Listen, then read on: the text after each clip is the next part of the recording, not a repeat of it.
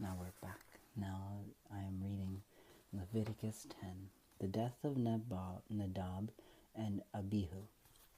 Aaron's sons Nadab and Abihu took their censers, put a fire in them, and added incense. They offered unauthorized fire before the Lord, contrary to his command. So fire came out of the presence of the Lord and consumed them. They died before the Lord. Moses then said to Aaron, "This is what the Lord spoke of when he said, 'Among those who approach me I will show myself holy. In the sight of all the people I will be honored.'" Aaron remained silent. Moses summoned Mishael and Elzaphan, sons of Aaron's uncle Israel, and said to them, "Come here, carry your cousins outside the camp, away from the front of the sanctuary." So they came out and carried them, still in their tunics, outside the camp, as Moses ordered.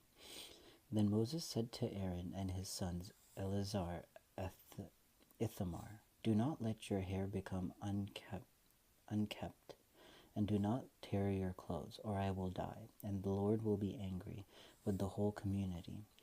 But your relatives, all the house of Israel, may mourn for those the Lord has destroyed by fire. Do not leave the entrance of the tent, or you will die, because the Lord's anointing oil is on you." So they did as Moses said. Then the Lord said to Aaron, "You and your sons are not to drink wine or other fermented drink whenever you go into the tent of meeting, or you will die. This is a lasting ordinance for your generations to come. You must distinguish between the holy and the common, between the unclean and the clean. You must teach the Israelites all the decrees the Lord has given them through Moses." Moses said to Aaron and his remaining sons, Eleazar and Ithamar, "Take the grain offering left over from the offering made to the Lord by fire, and eat it prepared without yeast, beside the altar, for it is most holy. Eat it in a holy place, because it is your share and your son's share of the offerings made to the Lord by fire.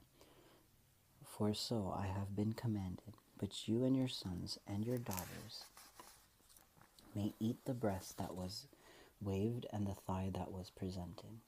Eat them in a ceremonially clean place. They must not have been given to you and your children as your share of the Israelites' fellowship offering. The thigh that was presented and the breast that was waved must be brought with the fat portions of the offering made by fire, to be waved before the Lord as a wave offering. This is to be the regular share for you and your children, as the Lord has commanded." Then Moses inquired about the goat of the sin offering, and found that it had been burnt up. He was angry with Eleazar and Ithamar, Aaron's remaining sons, and asked, "Why didn't you eat the sin offering in the ceremonial area? It is most holy. It was given to you to take away the guilt for the community by making atonement for them before the Lord. Since its blood was not taken into the holy place, you should have eaten the goat in the sanctuary area as I commanded." Aaron replied to Moses, "Today they sacrifice their sin offering and their burnt offering before the Lord, but such thing as this have happened to me. Would the Lord have been pleased if I had eaten the sin offering today?" When Moses heard this, he was satisfied. That's the end of chapter 10. So something bad happens in chapter 10. You have this death of Nadab and Abihu. So now Moses and Aaron's sons, they're burning all this stuff inside the tent. They're doing all this cooking. Cooking, that's important, because all of this is cooking. You know what I mean? It's all cooking meat. And they basically caught on fire and they died, which is so tragic. But